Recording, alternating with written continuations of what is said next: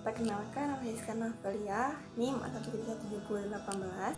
Nama saya Judika Purnama, NIM A1J3 17026. Nah, di sini kami akan menjelaskan mengenai perumusan ide usaha dalam bidang pendidikan. Kelompok kami menemukan ide usaha yang dapat dijadikan peluang usaha bagi lulusan sarjana yang sudah maupun belum mendapatkan pekerjaan, yaitu Rumah Chania. Rumah Chania sendiri merupakan singkatan dari Rumah Baca dan Seni Kriya. Ide usaha ini bertujuan untuk mengatasi permasalahan di masyarakat, seperti kurangnya minat baca pada anak-anak, tidak mampunya anak-anak untuk menempuh pendidikan, dan meningkatkan kreativitas pada anak-anak, serta membantu para pelajar dalam memperoleh sumber belajar ataupun referensi belajar. Jadi, terdapat dua kegiatan pada Rumah Chania, yaitu pertama, menyediakan rumah baca gratis pada anak-anak, dan yang kedua, menyewakan buku bagi masyarakat umum seperti pelajar yang mencari referensi buku. Pada usaha penyewaan buku ini akan dikenakan tarif Rp5.000 setiap 3 buku.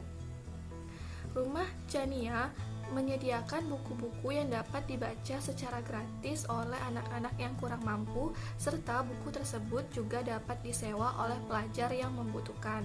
Selain itu, anak-anak yang kurang mampu juga dapat diajarkan membuat kerajinan tangan dari barang bekas atau yang disebut dengan seni kriya, seperti membuat pot bunga dari botol bekas, lampu hias dari botol bekas, celengan dari botol bekas, keranjang dari koran bekas, tempat tisu, dan sebagainya. Sehingga selain menambah kreativitas, juga dapat mengurangi sampah plastik yang ada di masyarakat. Baiklah, saya akan menjelaskan mengenai peluang usaha.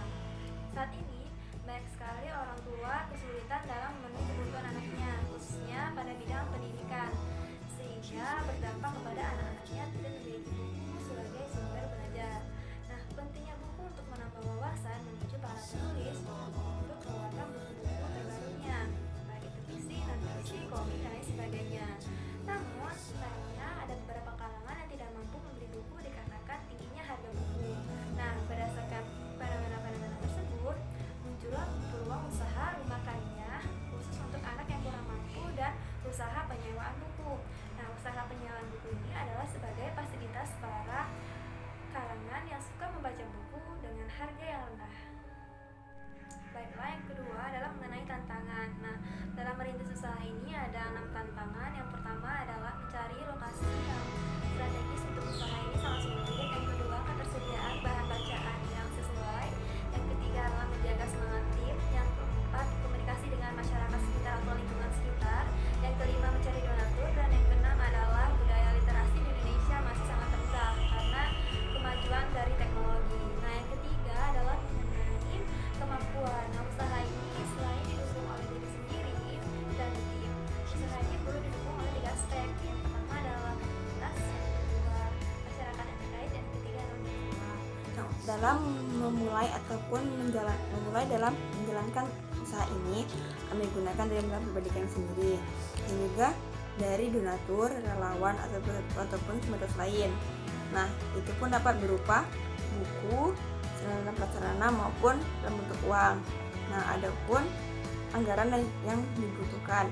Yang pertama yaitu adalah dalam bentuk buku. Nah, buku ini ada berbagai macam. Yang pertama itu ada buku bacaan, buku pengetahuan umum, buku IT dan komputer, buku bacaan fiksi, buku keagamaan, buku keterampilan dan kewirausahaan, kemudian anak-anak dan remaja, maupun buku perjalanan sekolah.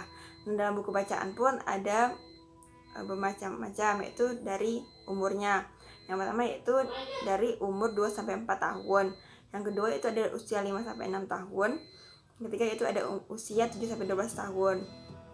Nah, kemudian dalam bentuk perlengkapan. Nah, di sini dapat berupa rak buku, meja baca, kursi, karpet, ATK, spanduk, brosur, perlengkapan kerajinan seperti jarum jahit, benang, dan lain-lainnya.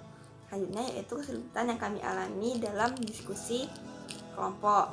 Nah, yang kami alami dari merencanakan ide usaha ini, yaitu harus merencanakan ide usaha yang menarik, yaitu setelah itu menentang usaha serta mengimplementasikannya. Nah, tidak dapat dipungkiri juga bahwa dalam menjalankan rumah baca ini telah mendapat banyak generasi nantinya.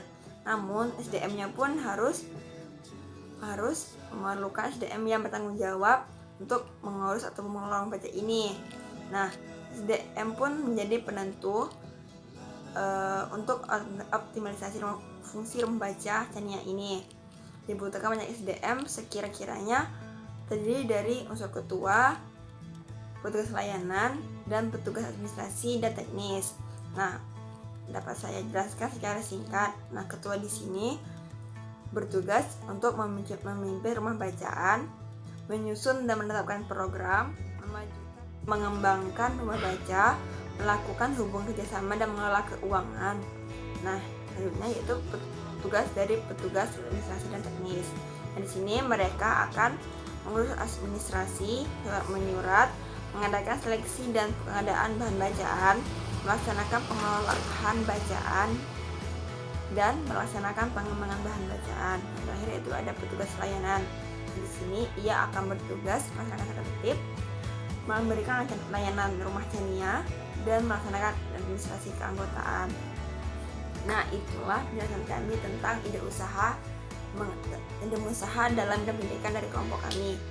Nah, semoga dapat dimengerti dan mohon maaf apabila salah-salah kata ataupun ketidaksengajaan. Semoga dapat menginspirasi atau bermanfaat bagi kita semua. Kami akhiri dan saya akhiri. Wassalamualaikum warahmatullahi wabarakatuh.